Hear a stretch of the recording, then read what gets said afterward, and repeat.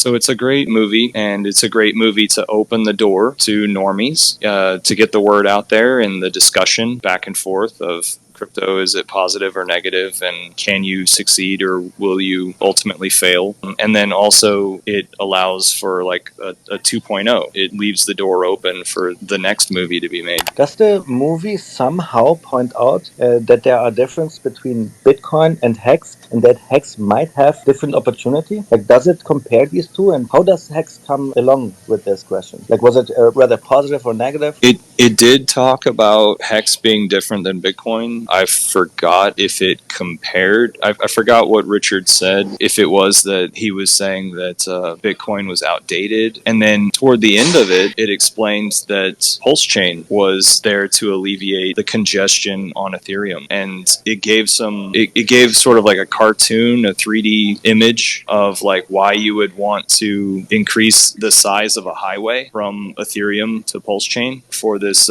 traffic on the blockchains. So it definitely pointed out that Bitcoin doesn't allow you to stake and earn. So you're not able to hold Bitcoin and earn. And so Hex allows you to maintain ownership of your coins and earn at the same time. So I believe that was covered. And what do you think? What is your opinion? If a new person comes and watches this movie, does such a person has the urge to somehow look into Hex, into Richard Hart? Does the movie produce this kind of emotion? Yeah, definitely. So Richard basically says, like, I'm waiting on the world to catch up to this technology, and it's there and ready for you to adopt. So that's amazing that Richard basically gave out his message that he wants to make a change in this world, and everybody needs to adapt. Everybody needs to participate, right? He needs the people. This we saw already in the trailer, and this was also the story of the movie, I guess. If you just think about Richard Hart in the movie, what did you learn new about Richard Hart? See, that's the thing, is that I'm saying that I'm biased, as in like I've already got my mindset of what crypto is, and so for them to like set scenes, I've already seen these. If you give me an image of something, I'm already biased towards what I believe I'm looking at, as opposed to like the new things that they're trying to show me. I said in my review of the movie that I felt like going and spending money after I saw it. It kind of made me want to release a little bit of funds just in celebration.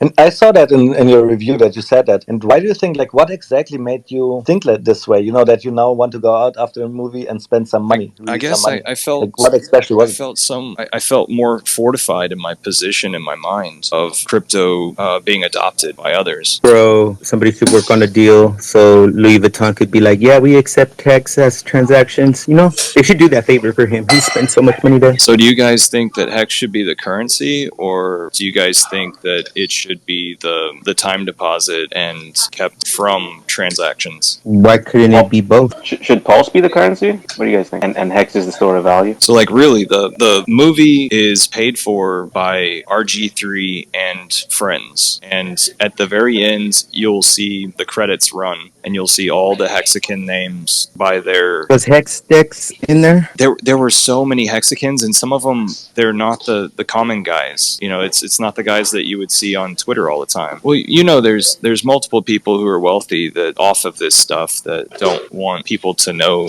who they are. They'd rather just stay in the background or stay quiet at a conference or something. It follows RG3 and how he got into this thing, and he's been around in crypto before. He's been through a bull and a bear before, and he's a normal guy. You meet his wife, you see his kitchen, you meet, and then after that, they go to the university professors talking about the lessons in currency, and then they go back to him, RG, and his friend, I think the guy's name is Joe, that he's trying to influence Joe to be prosperous because the 401k now looks like a 104k thing. Oh yeah, that shit's wrecked. So I've been telling people that for like ever. So that was a message early on, was that RG3 has 7 ruptured discs or something like that, and so he has just absolutely destroyed his body through his life. After you work your body off, do you have anything set in reserve so that you can quit working and start enjoying your life in a different way? Universal income. Oh gosh. We're going to pay with our time. We actually, in the movie, we touch base with Joe 3 different times. When he initially puts money in, then later on, whenever that value was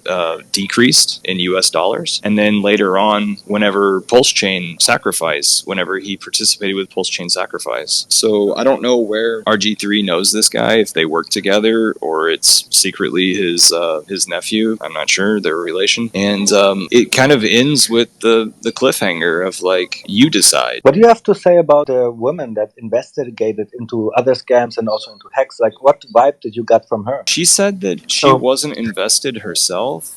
She went to one of the Vegas, actually the Las Vegas Hex conference that we had. She was there in the audience, and she was trying to figure out whether this is a Ponzi scheme of the new people are paying the old people. Is it that there's a cultish environment and people are not recognizing what it is that they're putting money into? But she just kept on leveling it out to where she's like, there's something to this. If people are getting scammed, they're not feeling it. They don't feel the letdown. They're staying around. It continues to grow users. So she kept level. She did a really good job of keeping level in her investigations. The male professor, he was taking the side of like, he doesn't see the value in it. It's that argument that we had in the beginning of Hex, where Bitcoiners want to call Hex stupid, and we want to say that, hey, we monetize time. And then it's just like, that's the argument. Are you going to participate in the system that claims that it monetized time? Because monetizing time was out there for anybody to take that resource and use. Yeah, but you get 0.001% of yield. That's why nobody likes it. Traditional finance, CDs. Right, but whenever you're comparing it to other cryptos, I'm saying we were the first crypto to go in there and say, okay, we own time, and this is our time deposit technology. Participate with our system, and this is how we pay you. If you relate it to the outside world, yeah, whenever Richard was across the table from the two professors and they started analyzing it right in front of him, and then eventually he says, well, that sounds like a 401k, where like people are constantly putting in,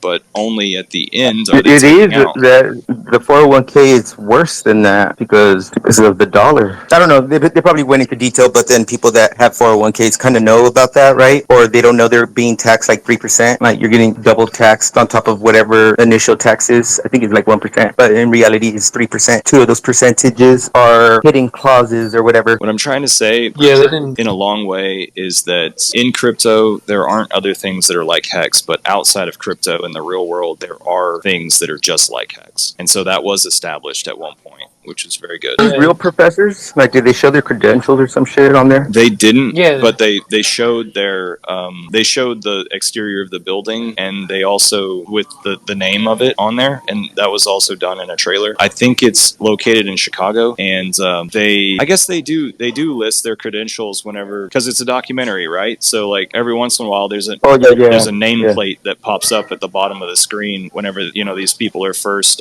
in your view on the screen, and then subtitles. Yeah, he's a professor at DePaul University. There's no official date yet, but that professor has agreed to do a space with hopefully the fraud lady as well, with a bunch of the Hexagon OGs for like a debate / friendly talk about this topic as well. So it seems to me that the doctor is really digging into. I've seen discussions on Twitter that he had with other hexagons, and other hexagons were explaining it very well, where the value comes from when you stake. He's like even somehow on our side. When I see his tweets and how they are formulated, it sounds very, very positive to me. Definitely. These people, they probably have to separate their finances, but these people are definitely on board with the idea. If I would go to such a conference, if I would see all this community and I would do the research, I meet even with the founder, Richard Hart, like I would have been so impressed. I think these people would probably have a similar experience meeting with Richard Hart, seeing all of the people discussing, and then in a Twitter space after they've done the video, even giving good arguments about this amazing product. And I have the feeling that everything that is happening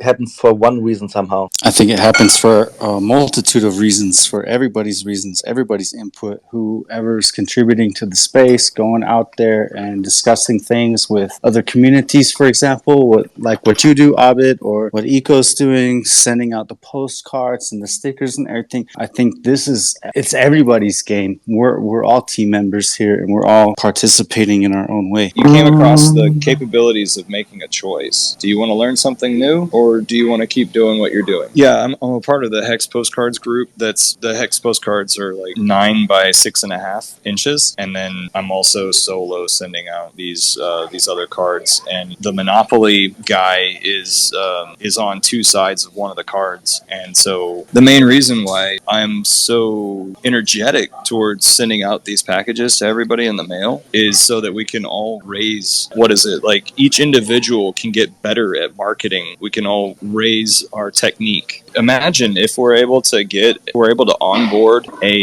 Uber driver, like somebody who sees person after person after person and has the capability of influencing them on whatever is current event topics. Do these legal standards really hold up? Is the judge's reasoning legit? And then you're basing that on everything that's come before it, all of the jurisprudence that makes a body of law that you're trying to reason to this case by analogy and distinction. Is it possible that the tables could turn where Richard gets the upper hand and the SEC needs to bow down and pay up? No, that would never happen. So did it ever happen before that anyone had the SEC by the balls? Not that I'm aware of. And I mean, you wouldn't have, even if you would, have a bone to pick with the SEC, they have sovereign immunity.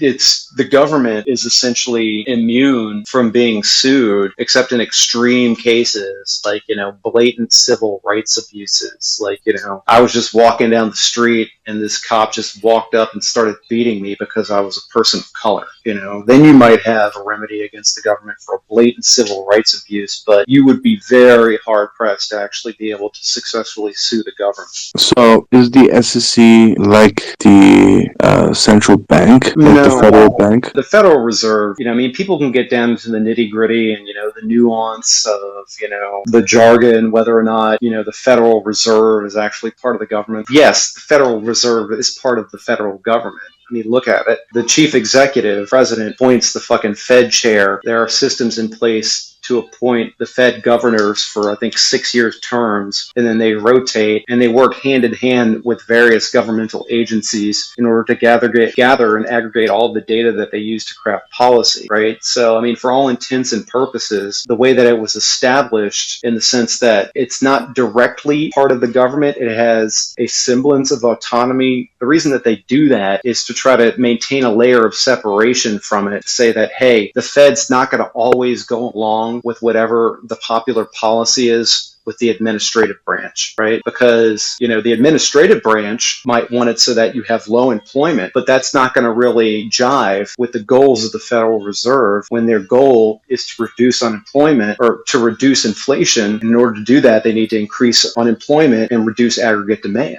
right? So there's a reason that they set it up the way that it is, but for all intents purposes, it is a branch of the government, a pseudo branch, if you will, even though we don't expressly call it that. So, worst case scenario, Richard would go to jail. He has no chance to turn the tables. Preferably, they would like to have him. Now, we have to draw another distinction. So, right now, what he's facing is a civil action. And when you're facing a civil action, there is no guilt. You're only guilty of a crime. They haven't alleged that he committed a crime because they don't actually have the ability or the authority to do so. That authority is bestowed to the DOJ. They handle criminal prosecutions. The SEC has alleged civil actions of which he could be found liable, right? So if he's liable, he would face all the civil remedies for those actions. In other words, he would have to surrender access to the domains that serve as the front end. He would have to give access to his bank accounts and the addresses that hold all of these funds. And so they would have him over a civil barrel. And let's say that the SEC, here's one place where it could go interesting. Let's say that the SEC secured a judgment against Richard, and he's claiming, hey, I don't know who the OA is. I don't have access to hex.com. I don't have access to these wallet addresses. Then if the SEC were to have a judgment on that, in order to enforce that judgment, despite Richard's point to the contrary, that he doesn't have dominion or control over those things, they could have an evidentiary hearing where the SEC would seek a court judgment to enforce their order. And if he doesn't, then he could be found in contempt. And then that is a criminal remedy. Then he could be jailed for being held in contempt. if he doesn't comply. But how can you comply if he doesn't have it? That's the thing. That's why you have the evidentiary hearing. So you would go before the court and you'd be like, the SEC would be like, hey, court, we had this trial. We got the judgment. We met our burden of proving that, he did these things, that he has access to these things. We have our judgment. He's still saying he doesn't have the goods, right? Give us an order to enforce. And if you don't, we want him held in contempt. And then the court could say yes or no. So another question. There was a rumor that the SEC is going to get a little bit dismantled and then put together with a different organization. I don't know if they're going to dismantle them so much as, I will say this, in 2024, the winds of change could blow. I mean, if you don't like what you're seeing, there's a very simple answer. I mean, vote these motherfuckers out. Yep.